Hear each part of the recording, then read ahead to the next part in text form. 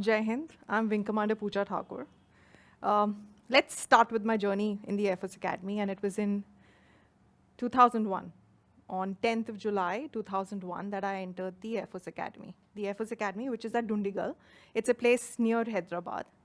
And when I entered the academy, I was an army brat, so I've spent 20 years, you can say, along with the uniform, been growing up with the people in uniform. So I thought I had a complete edge over my other counterparts, and I would fare up pretty well in the academy.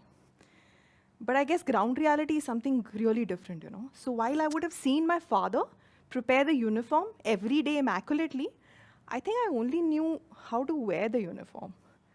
But I didn't even know how to prepare that uniform. Do you know the kind of effort that goes into preparing a uniform, from wearing a single badge, on how high from the pocket it has to be, how much has to be on the left, how much is on the right? And leave alone preparing, I think I never was prepared to wash 5 uniforms like that every day at 3 a.m. in the morning. And I still wonder that how I used to be able to take out those bad mud stains from those uniforms at 3 a.m. with that scrubber, washing scrubber, without making a sound. I still wonder how I did that, because you can't afford to make a sound. So beside these small little things and everything, you have your academics, you have your PT parade, and there is no time for anything, and there is a standing instruction of running. You can't just walk. There has to be a run. You have to be always on your toes. And I think it took a toll on me. And when I say it took a toll on me, I wouldn't say that I spent a lot of time in that. I was ready to go back on the 3rd day. Entering the academy, something I dreamt of, and the 3rd day, I was ready to go back, thinking, no, this is not what I wanted. Can I do this? And I still remember that, like a taunt from my senior, who got a whiff of it, and he said, oh, ready to give up your dream? And then I suddenly realized, what? Ready to give up my dream? How much have I tried? 2 days? 1 year of academy and a life. I'm ready to give up in 2 days? Have I tried enough? Have I pushed myself? Have I really, really got into it? And I'm ready to give up. So I think, life always throws you challenges you're not going to be prepared for. You might think you might be prepared for. There might be so many, you might have perceptions about your capability. You might have perceptions about a certain job, about certain work, or about a certain field. But you never really prepared for it. And when you choose, and once you get into it, if you're sitting in your house and there's something nagging you that I need to try this, just listening, or just like reading about it, or just knowing about it from friends, or seeing other people do it is not something that you can make your choices on. You need to really get into that, and you need to put in your best before you can take an informed decision on whether how this is made for you. Not you are made for this, but whether this is actually your dream. So life is all about informed choices, which you have to take. Let's talk about, the 2nd day, and we have a ladies' flank separately. So after the fall-ins and everything is finished, so we're having a fall-in on the ladies' flank. So we 17 of us, and we made to sit on one corridor in one line, just a feet gap from each other.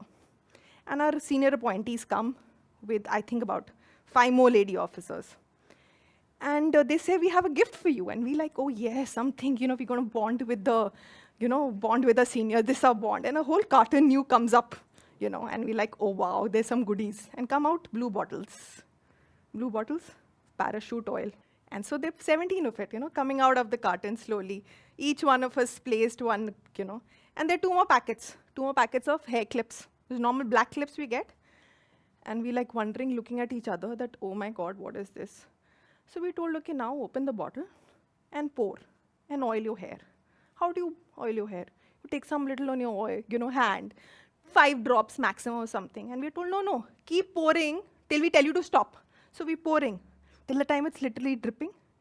And we're wondering, when are we going to told to stop? And that's not one palm that you take. It happens once and once again and once again and once again. And like, you can find the oil dripping off your forehead and down your neck. But that's all you have to do. And that happens the 2nd day, that happens the 3rd day, 4th day, 5 days, till we know this is how we have to be.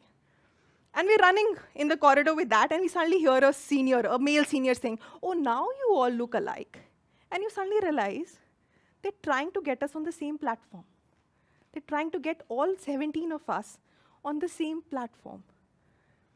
So this like this, if I say, in the evening after the dinner, we used to have these sessions with our seniors, and we would be rolling. I mean, sprinting is like a normal thing. Rolling, side rolling, front rolling, back rolling. We didn't even know there was a side rolling. Do you know that? So, and we learned how to back roll without stopping. So, you back roll like, in a smooth fashion. And we're taught to do that. And haunching and squatting and legs up. And then in the middle of all this, we're all crying, some of them and everything. We've all broken down, but you can't stop. And in the middle, most of the time, so many times I still remember, we're told to get up. So we're in the cycle stand and go to the gate and touch the gate and come. And what are we told? Go hang your ego on the gate and come. Run, get up, hang your ego on the gate and come.